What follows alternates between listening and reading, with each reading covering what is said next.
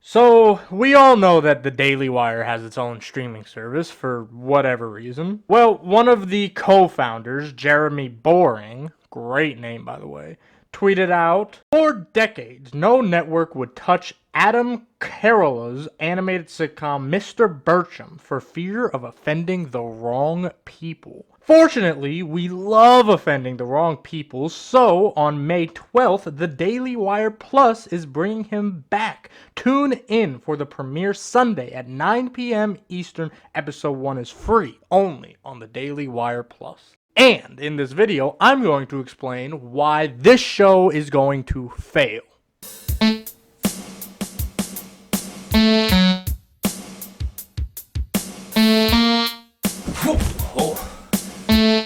My name is Dia, but you can call me SB. You're watching SB channel.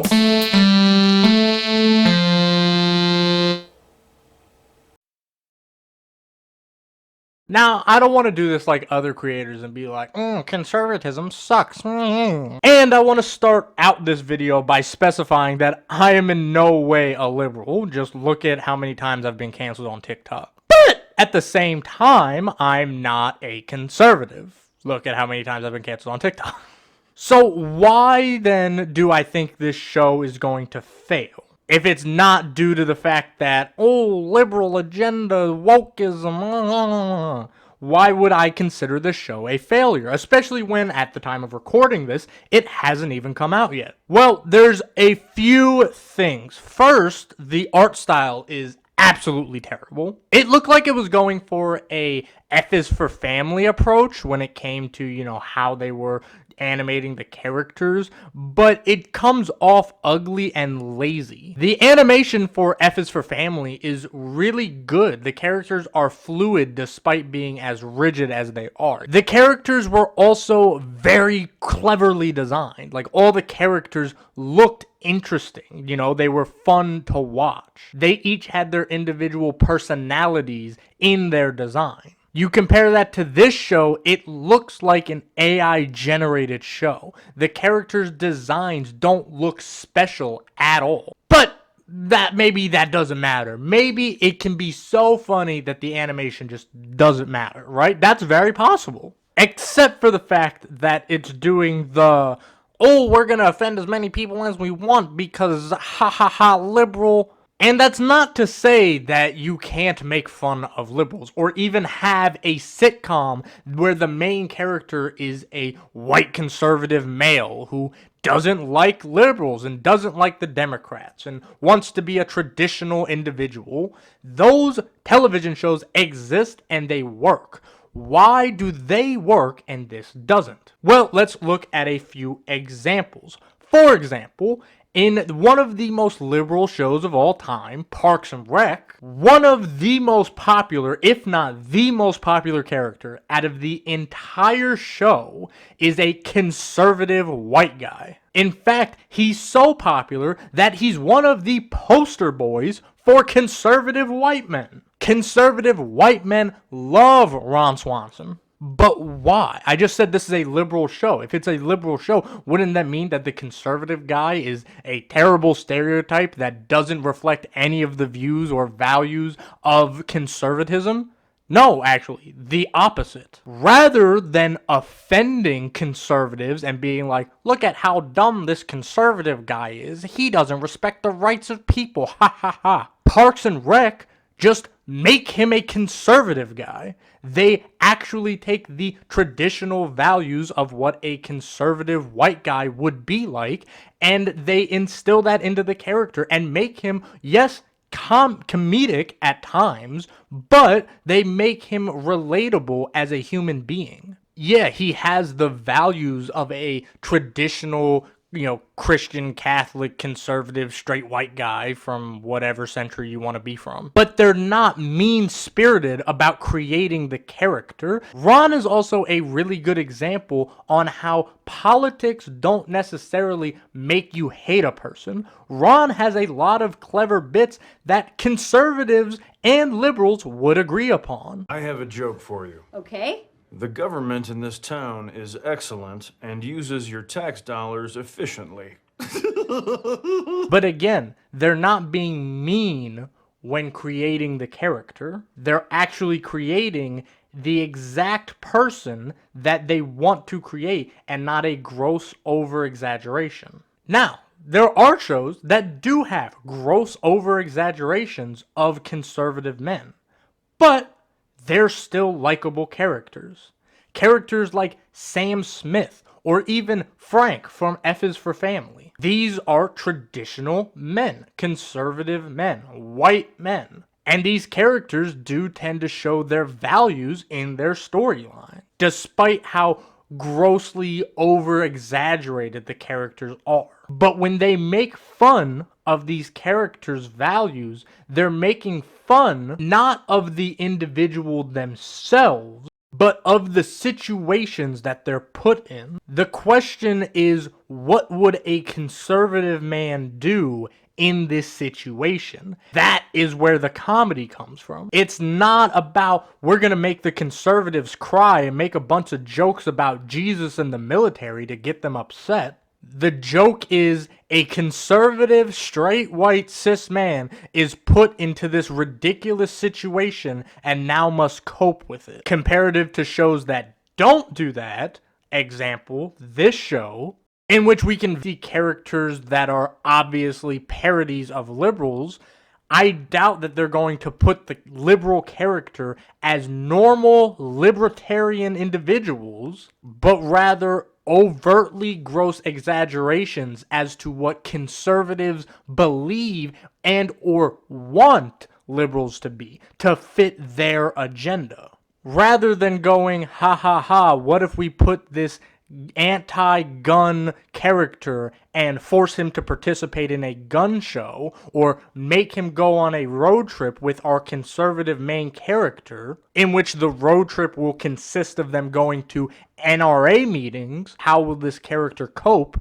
Instead, they will create a gross over-exaggeration of what the conservative wants the liberal to do in this situation, rather than actually asking the question, what would the liberal do in this situation? And of course, as many people have pointed out, the biggest, most obvious example of a conservative character in an animated sitcom, Hank Hill himself. Now, King of the Hill is a great show. Many people love it. It gets on TV all the time. It's one of the few things that Adult Swim will actually rerun. Why? Because people like the show. But why do people like the show? As I said, in this modern day and age of wokeism, there wouldn't dare be people who like a show about a southern white straight cis man who has traditional conservative values. That can't possibly be a thing in the modern day,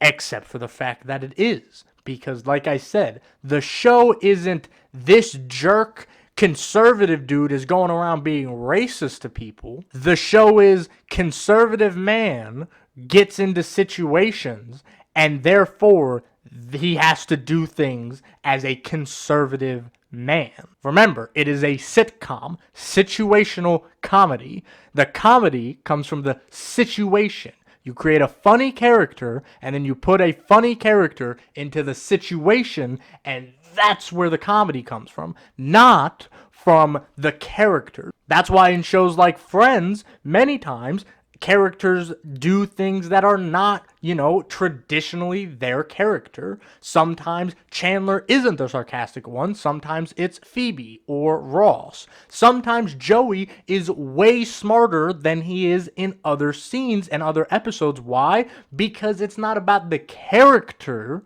It's about whether or not the situation is funny. Joey doing quick math for no reason is funny because it works in the scene, not because Joey suddenly got smart. And the other biggest, most important thing about King of the Hill, the thing that Mr. Birchum is 100% getting wrong, is that Hank Hill is a good person. Throughout the show, we see Bobby is a little bit of a weirdo. We also see things like Hank not wanting his wife to work. Hank wants to go and sell his propane tanks and come home to a wife who has cooked and cleaned the house. However, in both of those scenarios, Hank doesn't get what he wants. Hank doesn't come in all alpha male like, Baba, we're going hunting. Woman, go in the kitchen and make us a sandwich for when we get back. Why? Because Hank is a good person, and Hank is a true man. Hank cares about his family. Yes, Bobby's a weirdo, and Hank does his best to try to subvert those weirdnesses because, I don't want my son to be a weirdo, but at the same time, he loves his son, so he will allow his son to express himself, which is usually the plot of most episodes. Same with Hank's wife. Hank does not want his wife to work, but Hank lets his wife work. He says, this is something that you want to do, and I want you to be happy. Therefore, I'm going to knock my own ego down. Despite me not wanting to do this, I will let you do this because I want you to be happy. But throughout the show, Hank Hill isn't mean to anybody. He still wants you to be a free American and do whatever it is that you want. Does he have ways that he thinks you should do it better? Does he not necessarily like the things that you might do? Yes, of course. But that's being a human. Human beings aren't always going to get along. Everyone has different interests. Everyone has different hobbies. Not everything that you do, he's going to like, and not everything he does, you're going to like, and not everything she does, he's going to like. But Hank doesn't care about any of that. As long as you are a happy American citizen that is doing what you believe is right and you are abiding by the law, be free, do your business. He might be a little uncomfortable, sure, but he's not going to put you down because you're doing what makes you happy, because Hank understands America. Compare that to this Mr.Birchum show in which the entire concept is, what if Hank Hill was a dick? Instead of accepting other people or learning about other cultures, instead of doing anything nice, Mr. Birchum is the modern 30-year-old conservative. Mr. Birchum is going to do things his way, and he's going to make sure that you do it in his way, and there's nothing that you can do about it, and if you get upset about that, go somewhere else, snowflake. And that's just not fun to watch. And that brings us back to what I was saying earlier, why this show is going to fail. Now, maybe it'll do very good. Like I said, this isn't coming on an actual television network. This is coming on the DailyWire Plus, and all 40 of their subscribers are probably going to love this. But in terms of regular people, people want to watch people be happy. That's why we watch certain movies.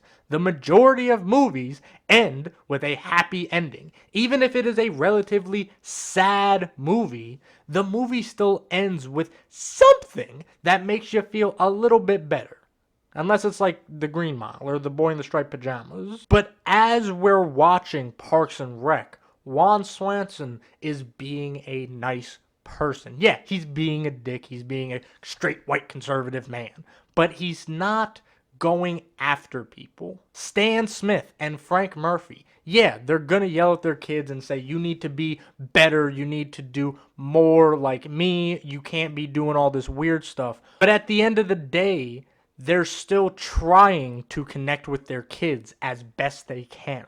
And Hank Hill might be the pioneer American conservative, but everything that he does is for the love of his family. Like every other sitcom dad that has ever existed ever. They're doing what they want, and maybe their family might not fall under those same categories. Maybe their family doesn't want to do exactly what he wants to do. And you know what? Hank isn't going to throw a sissy fit. Hank isn't going to cry and tell Bobby that he needs to throw away all of his toys or go outside and touch grass or whatever you might think Hank might say. He's not going to do that. Why? Because he loves Bobby. Okay. I love you no matter what you do there. Phew! Let's go get something to eat.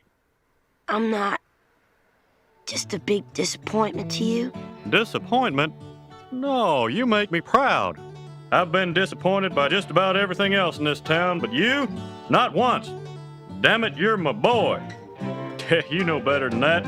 And that is where Mr. Birchum fails. He's not trying to be relatable. He's not trying to be a better person. He's not trying to be a nice person.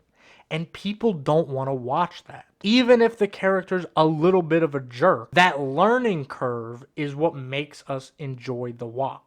The Mr. Birchum approach of, I don't care who I'm going to offend, I'm going to offend everyone, is just not good.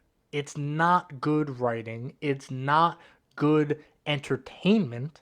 And it's just not good television. Nobody wants to be offended for 30 minutes. No one. That's stupid. And you know that if I wrote a show that was about a gay, liberal, black, trans teacher who's going around and, saying a BLM shirt and he's talking about gun laws, etc., etc., etc.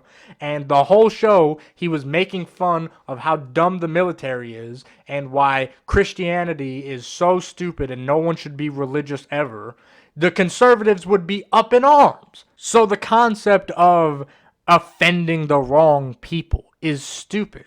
Because you're not offending the wrong people, you're offending people that you don't like. Because if you actually wanted to offend everyone, you would make an equally offensive show about the other side of the political spectrum. And if the Daily Wire were to ever do that, I will personally write and be the head creator for that entire show. But they're not going to. Why? They're snowflakes. And they don't want to offend themselves because they are unable to laugh at themselves. The things that they talk about, the liberals and the left and the Democrats and the blue and the whoever, all of the things that they say are projections because they're not able to laugh at the concept of God. They're not able to laugh at the concept of joining the military, but they are able to laugh at the concept of switching your gender. Or the concept that maybe a man can own a garden. Or the concept that maybe a child shouldn't be, going out camping out in the woods for 14 days. And maybe they could have a, extra slice of cake and watch cartoons. So how about instead of trying to offend people, you just make good television? But that's okay. I didn't marry you because I need someone to cook and clean for me. I married you because,